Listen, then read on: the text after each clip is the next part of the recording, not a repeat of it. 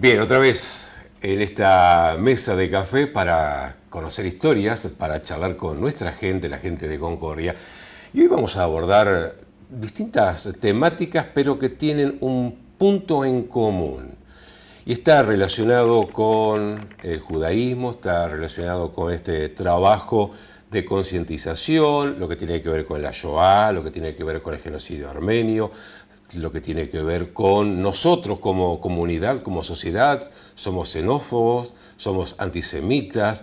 Todo esto vamos a tratar de ir charlando café de por medio con Alejandro Fruncieri. Él es licenciado, él es profesor de historia, licenciado en Relaciones Internacionales, ¿así? Es así. ¿Cómo le va, Alejandro? Bienvenido. ¿Qué tal? Muchas gracias, José Luis, por la invitación a este Bueno, café. el café está listo, está todo preparado. Docente de vocación y de profesión y de alma, ¿no? Exacto. ¿Hace sí. cuántos años? Y me recibí en 2001 de profesor, así que ya, sí, 16 años de profe. Le pregunto esto porque de alguna manera todo va a estar así conscripto a su relación profesor-alumno, trato con alumno, con adolescentes, con jóvenes, y para entender un poco todo esto que vienen ustedes trabajando, inclusive con una premiación muy importante por el Banco de Galicia recientemente, que fue esta distinción a través de la DAIA y por la Shoah y el exterminio armenio. Pero vamos a ir conociendo un poco, primeramente, tu actividad, la de todos los días en los colegios, ¿en qué se centra, en qué se basa? Bien, como charlábamos hace un rato, yo trabajo en el profesorado Concordia, es mi centro de actividad, que allí en el instituto formamos formadores, es decir, los docentes que van a estar luego en las escuelas secundarias formando adolescentes. Estoy como profesor en distintas carreras, no solamente en historia, sino bueno, en otras carreras también.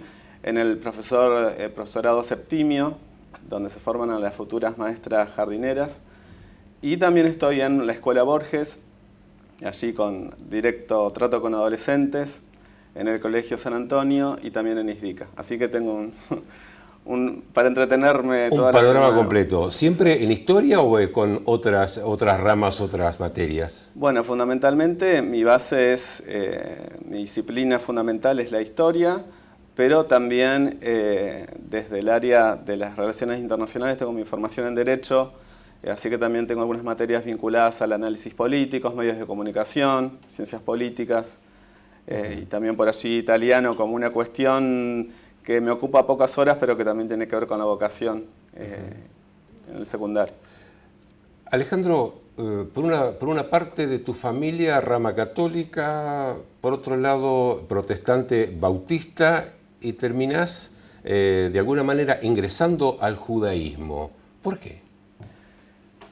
Bueno, es una pregunta con una respuesta no tan simple de responder, pero bueno, creo que esto que vos mencionás de una familia con un sentido de trascendencia, evidentemente, más allá de la religión, católica o protestante, me legó esto de creer, de la fe.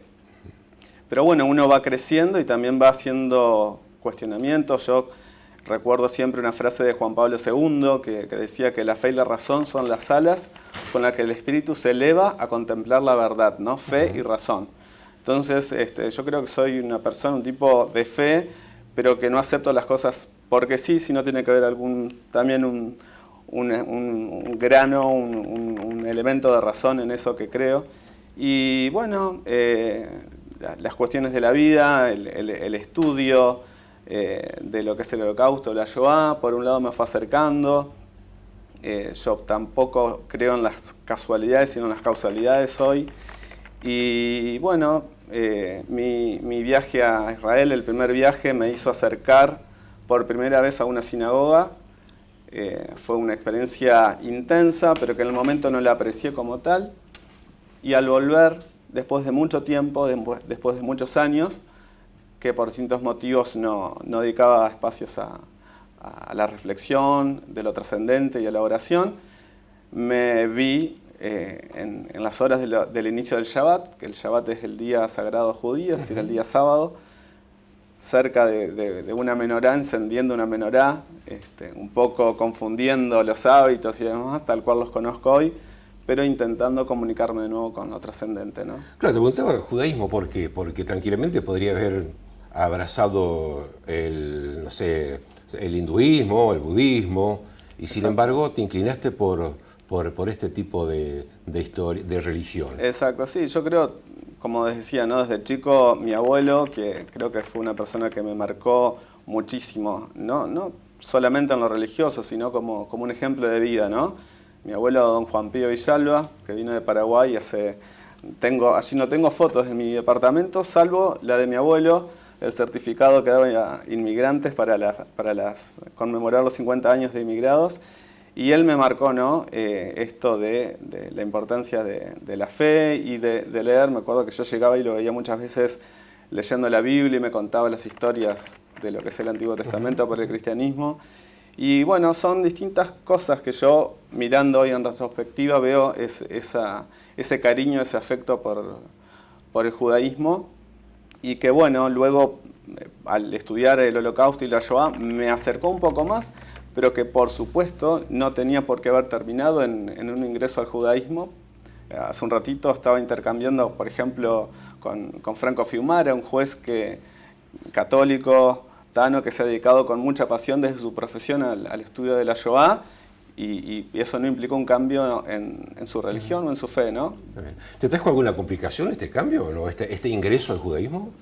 ¿En lo personal, en lo familiar, no, yo creo que en tus lugares de desarrollo de actividades áulicas? No, en lo que tiene que ver con lo profesional, ninguno. Sí, lo fui comentando y lo fui aclarando. Yo trabajo en instituciones, algunas de ellas religiosas, y para nada, al contrario, sí es algo que llama la atención porque acá en Concordia por ahí no es habitual. Sí, en Buenos Aires, en las ciudades más grandes y por supuesto en otros lugares es más común. Pero no tuve ningún problema puntual. Por supuesto que hay gente que por ahí no ve con tanto agrado, pero no he tenido una interpelación así directa, ¿no? De todas formas, sí surge muchas veces la pregunta, ¿no? Del por qué, cómo se dio. Claro. Pero bueno, yo creo que también uno con el tiempo aprende a responder, pero también a hacer, más allá de lo que el otro desee, ¿no? Poder ser libre.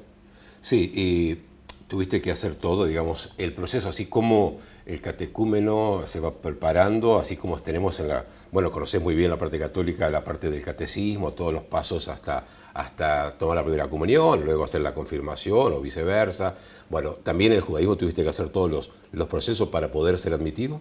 Sí, exacto. Primero yo tomé contacto con la comunidad sefaradí, de la cual hoy soy parte, digo desde el punto de vista de mi acercamiento religioso, ¿no? Porque el judaísmo es más que religión. El hecho de, justamente, vos me preguntabas las características, una de las primeras cosas que me fue aclarada es que formar parte del judaísmo no es solo una religión, sino tiene que ver con formar parte de un pueblo, de una cultura, ¿no? Pero entonces decían estrictamente de mi cercanía religiosa, esto implicó, al tomar contacto, charlas con el rabino, en su momento el rabino Weinstein, que ha estado aquí en Concordia, dando algunas charlas, estudiar, por supuesto, la Torá, estudiar un poco el idioma, y bueno, luego, finalmente, en el proceso, la reunión de un Beidín, que es un tribunal rabínico, que más allá que evaluar cuestiones que tenían que ver, que lo estudié muchísimo, pero más allá de los contenidos específicamente, lo que se evalúa de alguna manera es la convicción, ¿no? ¿Somos una comunidad antisemita o no? ¿Se nota? Recién me comentabas de algunas pintadas que a veces se dan. ¿Tenemos ese estigma todavía? Yo creo que voy a responder porque también manejan muchas estadísticas. El presidente a nivel nacional de DAIA, Ariel Cohen-Saban, y él lo explicaba por situaciones que se dieron a nivel nacional y que algunas son de público conocimiento, y él destacaba que nuestro país en realidad es un país que ha recibido, charlábamos hace un rato con vos, esta cuestión de los inmigrantes, y que en realidad no podemos caracterizar como una sociedad que sea propiamente antisemita, pero sí, así como podemos decir que realmente no es una sociedad marcadamente de esa forma, sí que hay hechos en el pasado y algunos que todavía están en el presente. Digamos, podemos tomarlo como hechos aislados, ¿no? O reacciones aisladas de alguna comunidad. Tal cual, exacto. Entonces, que eso no significa que porque sean aislados no haya que estudiarlos, analizarlos, investigarlos y trabajar para que no se repliquen, ¿no? Creo que es fundamental. Entonces, la posibilidad de yo estar charlando con vos, con un café mediante este tema, nos habla de una sociedad en democracia y que reflexiona sobre estas cuestiones, creo que es fundamental. Entonces, ante situaciones que se puedan dar o en medios o en cualquier espacio, bueno, creo que hay que actuar fundamentalmente con la educación y, bueno, en algunos casos también la justicia, ¿no? Pero es lo que considero. Yo creo que, a ver, pienso que somos un pueblo que ha madurado y que somos quizá un poco más tolerantes que antes, pero se dan, obviamente, como en todas las reglas, hay excepciones, ¿no? Exacto. Pero creo que hemos tratado de... De hecho, somos, así como dijo alguien, que somos un país que ha nacido de los barcos, así que somos un país que somos un crisol de razas y de comunidades, de etnias, de religiones. Entonces creo que hemos aprendido a convivir, como dice la reina precisamente de la comunidad judía, hoy reina provincial del inmigrante, ¿no? Construir desde la diversidad de pensamientos. Y yo creo que eso es lo más importante. Por eso coincido con vos que creo que se pueden dar algún hecho aislado, pero en general creo que aceptamos convivir un poco más en paz. Exacto, sí. Y por supuesto que según los momentos y según los lugares, estos episodios, si se dan con, digamos, puede ser un hecho o varios hechos que se repiten y sean leves, o puede ser uno o dos hechos que tengan mayor fuerza, mayor trascendencia. Pero bueno, creo que, y no tiene que ver solo con el antisemitismo, ¿no? Sino creo que tiene que ver con la mirada que tenemos del otro. Y bueno, es algo, vos decís que hemos aprendido, pero que a su vez no debemos dejar de reflexionar, no para autoflagelarnos, sino justamente para aprender, porque es algo, digamos, es fácil, en todo caso, no ser, supongamos, antisemitas si no estamos en relación con un judío, como no lo es, por ejemplo, no es difícil no tener una mirada homofóbica si no tenemos contacto con alguien que sea homosexual. Ahora, el desafío está cuando entramos en contacto, es decir, compartir, ¿no? Entonces yo creo que hemos aprendido y, bueno, de todas formas hay desafíos que deben empezar a formarse los recursos y las herramientas en la casa. Yo creo que la familia es el espacio donde, bueno, entre otras cosas, los niños desde chiquitos deben aprender a relacionarse con los otros que son distintos, ¿no? Luego viene la escuela, luego están los medios de comunicación, es decir, es un conjunto de instituciones que deben aportar en pro de la relación en la diversidad. Exacto. Se enfría el café, así que puede tomar tranquilamente, bien. Alejandro. Estaba pensando que, bueno, todo esto que estás comentando, un poco lo que se da desde la enseñanza, desde la escuela, pero la escuela es el hogar. Quería preguntarte que puedas definirnos qué es la Shoah. Se habla tanto de la Shoah, distinciones por la Shoah, distinciones por esto, pero ¿qué es en concreto la Shoah? Sí, y ocurre... Sí. Bueno. Hay toda una cuestión también de términos, ¿no? Que por ahí se debaten y yo cuando doy algún taller, incluso charlo con mis alumnos de historia, les digo, más allá del término, después lo importante es tener claro el proceso, tanto para poder enseñarlo y transmitirlo, ¿no? Pero, bueno, Shoah significa en hebreo catástrofe, que es una palabra que de alguna manera intenta o ha intentado reemplazar en estos últimos años la palabra holocausto, que es una palabra griega que significa todo quemado, que en realidad son los sacrificios que algunos pueblos antiguos acostumbraron a hacer a los dioses, ¿no? Lo hacían los romanos, los griegos y también los judíos en el templo así en Jerusalén, en la antigüedad, por supuesto. Entonces, la idea de sacrificio como algo voluntario dejó de utilizarse y hoy se utiliza el término Shoah. Cuando hablamos de Shoah, entonces, este término catástrofe se refiere al exterminio, concretamente perpetrado por el régimen nazi, entre el año 1941 y 1945. Y soy estricto en esta fecha, refiriéndome a una etapa en la que se asesinó sistemáticamente, porque luego, por supuesto, podemos ahondar en los antecedentes, ¿no? Y todas las etapas previas. pero tiene que ver con esa etapa en la que el régimen nazi, primero con lo que se llama el Holocausto en balas, avanzando los Einsatzgruppen sobre la Unión Soviética, se comienzan a fusilar judíos y comunistas en los shtetl, en los pueblitos, y luego con las muertes en los guetos por hacinamiento, fusilamientos y los trágicamente conocidos campos de exterminio como Auschwitz, ¿no? Y otros tantos. Claro, eso sería entonces en concreto la Shoah, digamos, sinónimo de holocausto. Exacto, podemos decir, o refiere al mismo hecho, al mismo proceso. Al exterminio. Exacto. ¿De cuánto estamos hablando? En su momento se habló siempre de 6 millones, ¿no? Aproximadamente, los campos de concentración, tanto de Auschwitz como de los otros. Claro, cuando estamos pensando en términos de las vidas que se perdieron, se habla de 6 millones, aunque recuerdo siempre una querida profesora, Haya Feldman, cuando nos guió en el Museo del Holocausto allí en Jerusalén.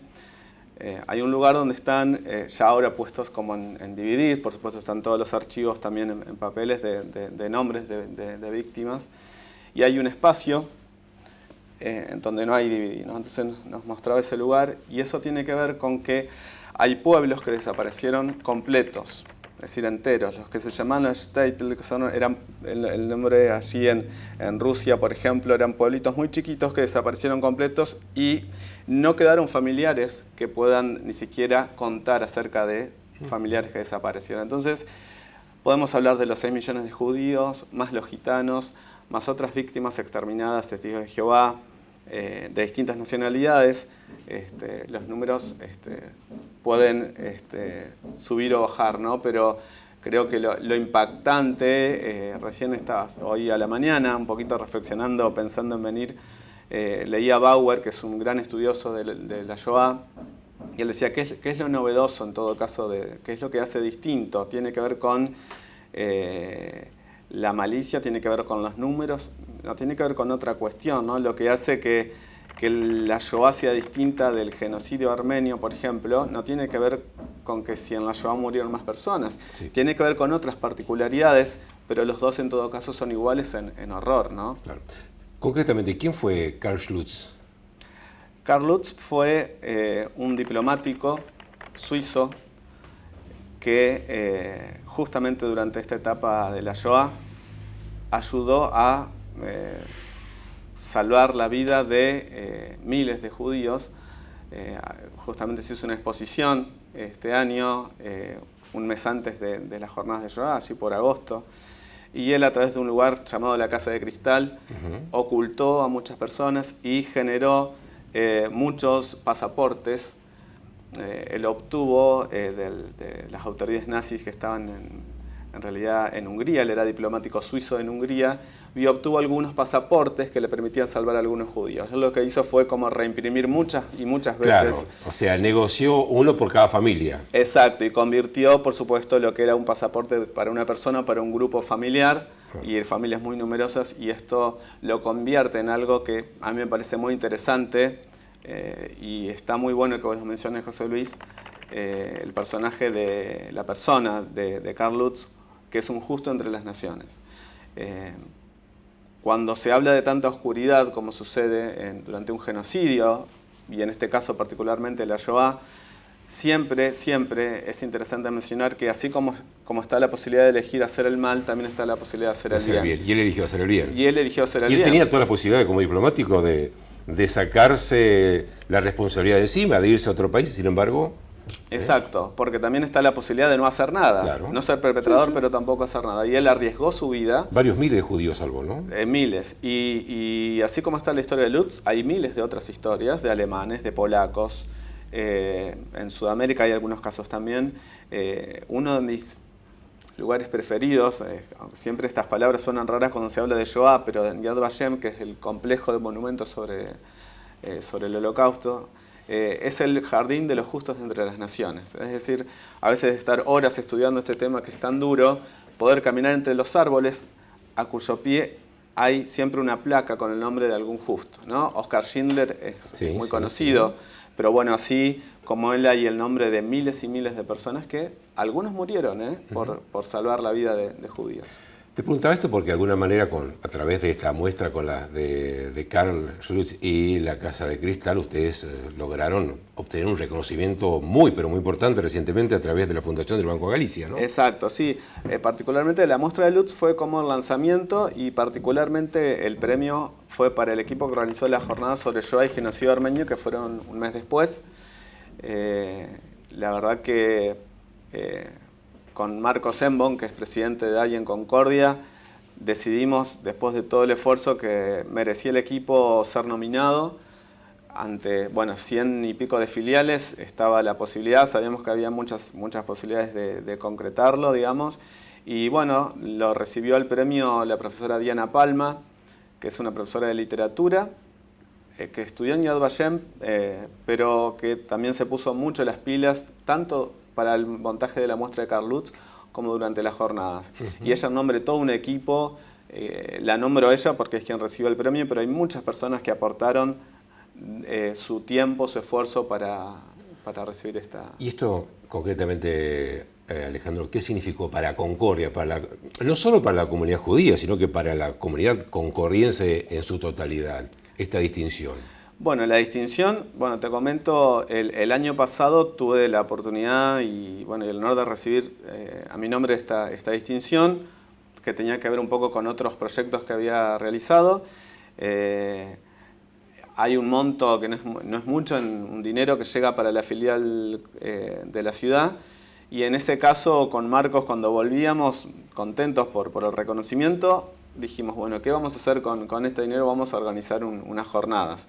Por supuesto que es muy simbólico el premio en dinero, pero motiva, ¿no? Lo decíamos, que uno no trabaja aparte para lo reconocen en la Argentina y en el resto del mundo, digamos, el trabajo que hacen desde una pequeña ciudad de entrerriana. Exacto. Sí, yo creo que saber también que en el interior se trabaja, porque, tanto el año pasado como escuchábamos testimonios y de cómo se trabaja muchas veces a pulmón, ¿no? Entonces, estos reconocimientos ayudan a que uno se pueda reencontrar y de alguna manera es una caricia, ¿no? Es decir, están bien y no están solos en los esfuerzos por difundir y por trabajar.